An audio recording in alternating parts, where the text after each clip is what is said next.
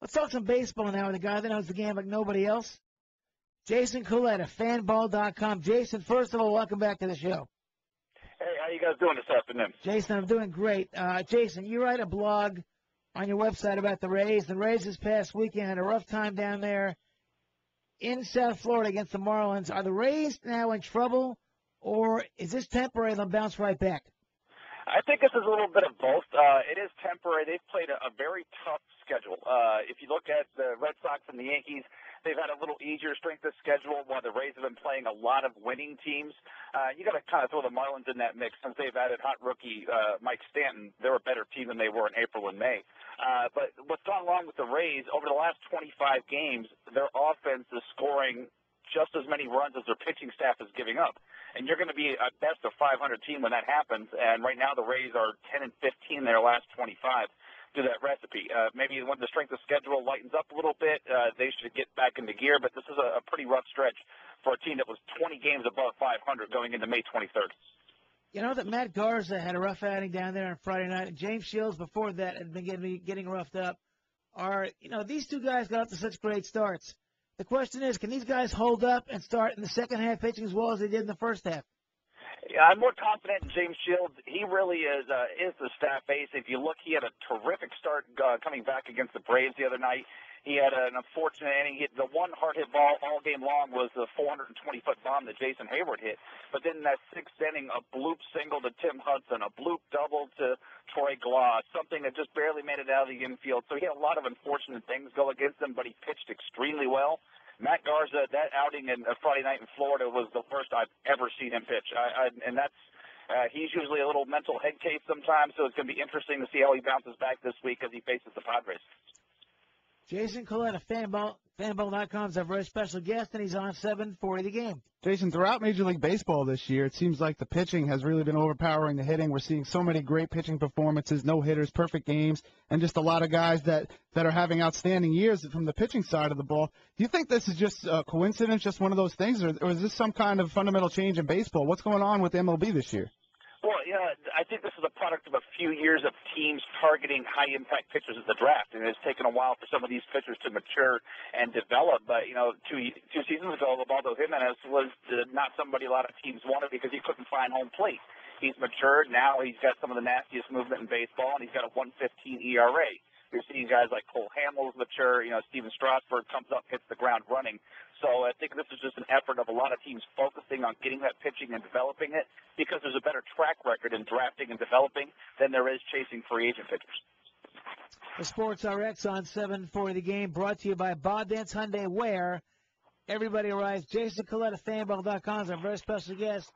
And Jason, David Ortiz right now has been red hot hitting home runs, and Boston is 43-28. Can the Red Sox maintain this, or is this great baseball mirage by these guys?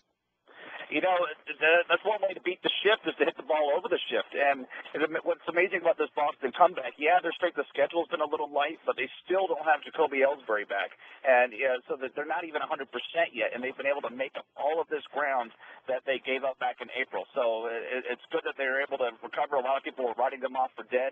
And that was a big mistake. Without Ellsbury, without Cameron, and Ortiz struggling in April, you just couldn't write off a team that had that much talent. Everybody was picking the Yankees and Red Sox to finish 1-2 in this division for a reason. I, in fact, picked the Red Sox to win the division in March. And they're showing right now that's the type of team they are. Jason Collette of fanball.com is our very special guest, and he's on 740 The Game. Jason, the Philadelphia Phillies, the defending National League champs, have been playing kind of poorly lately. Their offense has been struggling. They get Jimmy Rollins back. Do you think this is what they need? Do you think he's the spark that can get their offense rolling again?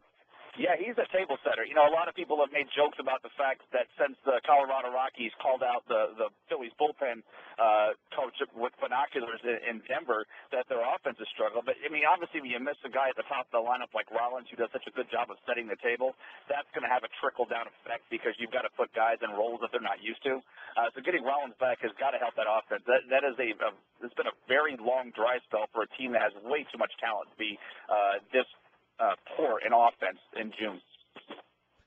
When I look at Arizona, and they're 27-43 right now, this team should not be this bad, Jason. Yet here they are, 13.5 games out of first place, 27-43, as I said.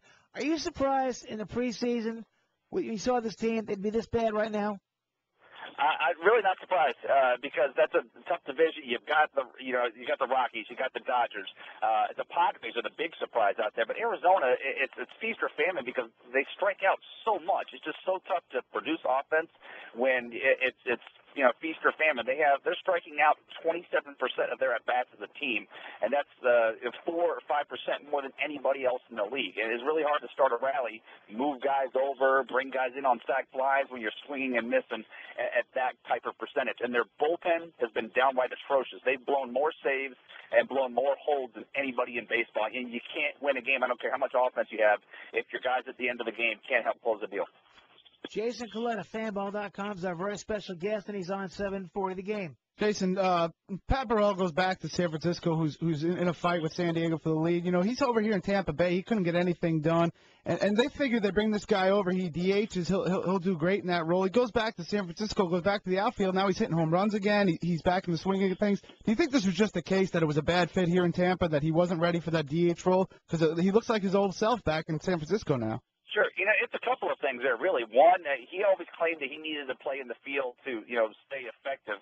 But the Rays really value defense, and Pat Burrell's glove is so awful compared to whatever Tampa can put out there in the outfield. So you can't put Burrell out there. But also, when you're 32, 33 years old and you're told that your career might be over and you have no other skill, that's really going to help motivate you to rediscover your skills. So it's not surprising to see him, or Devil Ray, Aubrey Huff's out in San Francisco right now, absolutely killing the ball. Those two have given that offense something they sorely lacked in April and early May. The two of them together have caught fire, and that's the one missing piece the Giants needed to really surge forward in that division. Jason, I'm looking at some of these pitching stats right now, and it's really unbelievable.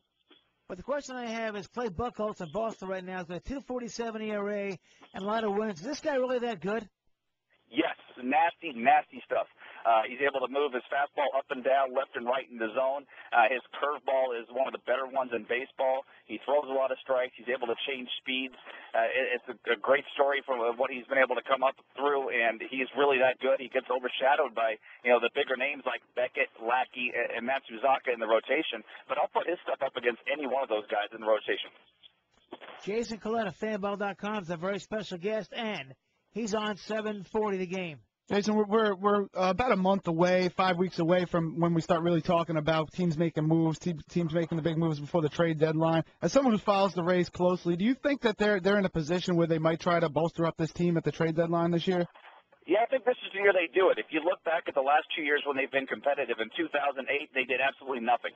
There's a lot of talk about them getting Jason Bay, but the Red Sox at the last second swooped in and got Jason Bay in the three-way deal. And then last year they were about 4.5 games off the pace at the trade deadline and again did nothing. And then at the end of August in the waiver wire traded Scott Kazmir away, which actually worked out very well because they got Sean Rodriguez and freed up some money that's really helped them to get a guy like Rafael Soriano this past offseason.